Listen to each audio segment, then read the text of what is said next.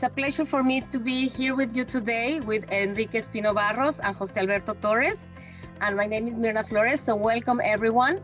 We have these sessions almost every month. We have done already around 12 since last year. And the vision and the idea is to have different speakers, different experts from different parts of the world, consulting companies, universities, companies, small companies, and startups, consultants. Everyone is welcome to share trends and best practices and anything that can help organizations to be more innovative, to be, and last but not least, quite lean, because everybody wants to be competitive. We want to be in the market. We want to attract new customers, grow our organization.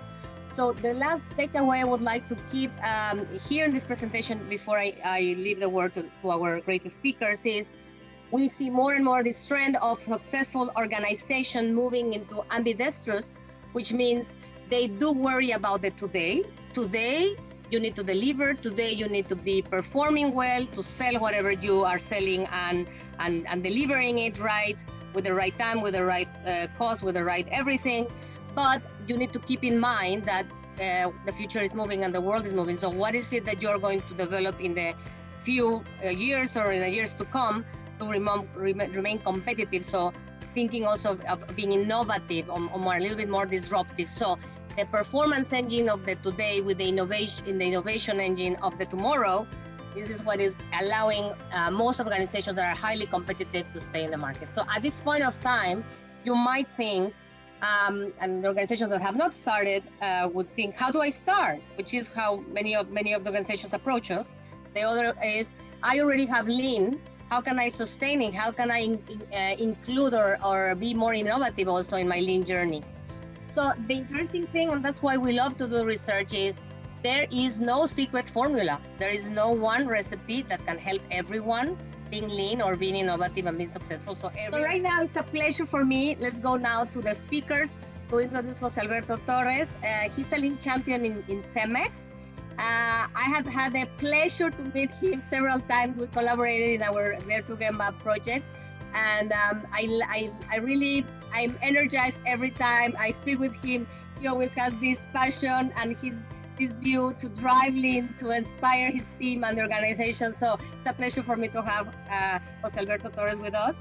And Enrique Espino is a leader, is one of the key, I would say, change agents in Mexico to motivate organizations, no matter the size, to implement lean. He has been organizing Organizaciones Esbeltas, which is a big event in Mexico that drives a lot of international and national speakers to share. So we started around 2011. We actually made some workshops with Caterpillar. Caterpillar is also a big company, as you know, and they gave us a lot of formation on lean. They have a really big lean enterprise, and they have a lot of black belts. We did black belt training with them. So we had let's say a little overview of what lean was, no, from the inside of a company. Then on 2014, we actually started our pilots and our rollout of what we call CXPS. It was the CEMEX production system.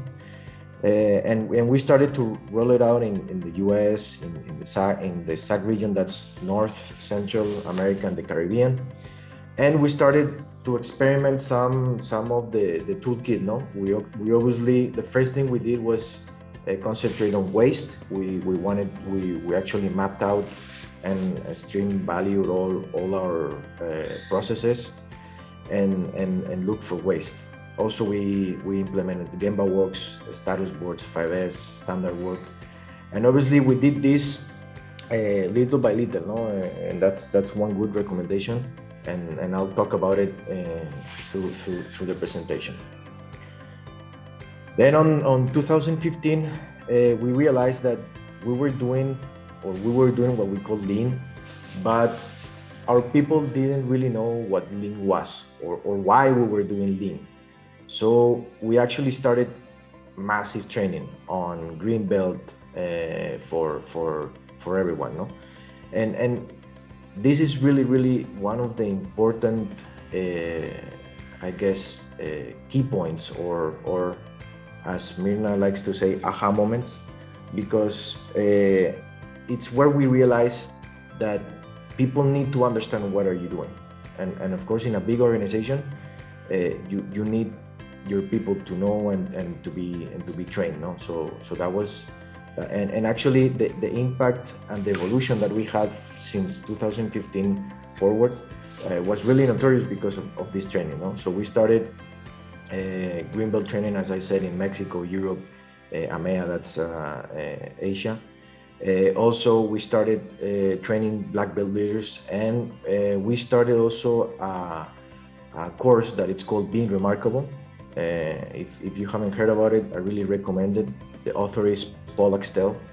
He's on LinkedIn. It's really easy and to find him. And we had this structure where, okay, we have Lean, we have Six Sigma, we have the tools, the hard skills, but what about the soft skills? I mean, Lean comes with cultural change, and we needed something to actually drive those soft skills that we need, no? So Being Remarkable is a really nice,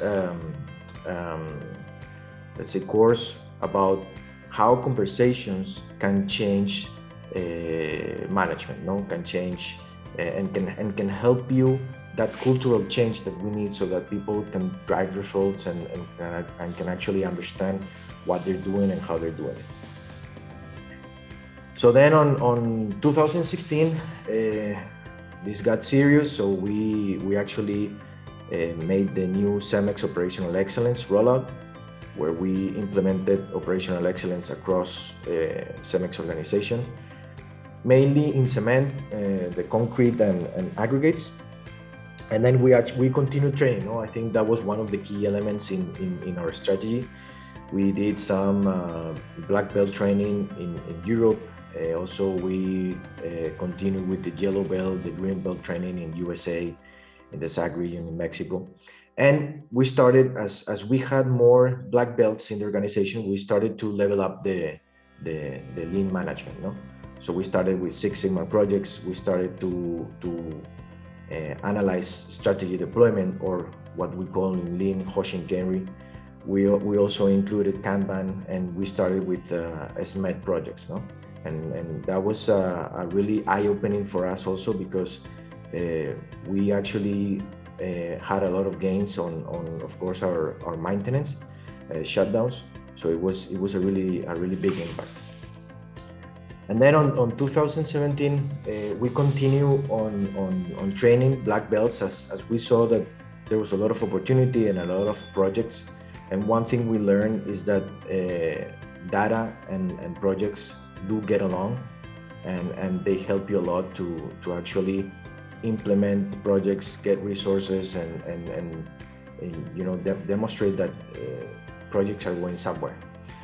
So we had the make projects all around the globe, and then we started a little bit between 2018 2019 in the Lean digital integration. We have seen that Industry 4.0 is a big deal, and we're going towards that. No? Actually, I have a little slide to reflect on that. And also we adopted some other techniques or some other cultural systems like Agile, Design Thinking, and Lean. And we'll talk about how they can coexist. No, many people say, okay, no, we're just doing Agile, we're just doing Design Thinking, and we're doing Lean. But we can actually make them coexist, and I think it's a really nice thing that you can actually see that change and see that integration. This is what they manufactured. They were manufacturing at that time. Let me give you an advance. Last year, they had their best year ever. They found out that lean manufacturing could help them for the manufacturing process. That was the beginning. So what did they do? Oh, they have, at that time they had 3 departments: assembly, where they cut, and where they how do you say, ensemble, where they assemble the hoses, 19 lines, 172 operators. And they had already a journey of different things that they have tried in the past. This is where we started helping them. They started with 5S, as you can see. They strengthened 5S, and they started the first practices. This is where we came in. We also started with Kaizen Blitz. Do Kaizen very fast. What is very fast? Right now, today, by noon, by this day, not tomorrow, this day, this shift. And then they deployed lean manufacturing by coaching, as my colleague said. Training is key. A learning organization has no, they can face anything if everybody learns and applies what they learned. And then they deploy lean manufacturing to standardized work. Kaizen, we taught them something, and the task for them was, okay, you do that and you teach your people. You have to learn how to teach. Say, okay, what do you see? What challenges, what problems, or what do you see in the future? Okay, they said, oh, cultural change or changing minds and behaviors is that's a tough challenge. We have to address it. We do a lot of this, by the way. We also have to move from the traditional way of pushing to pulling.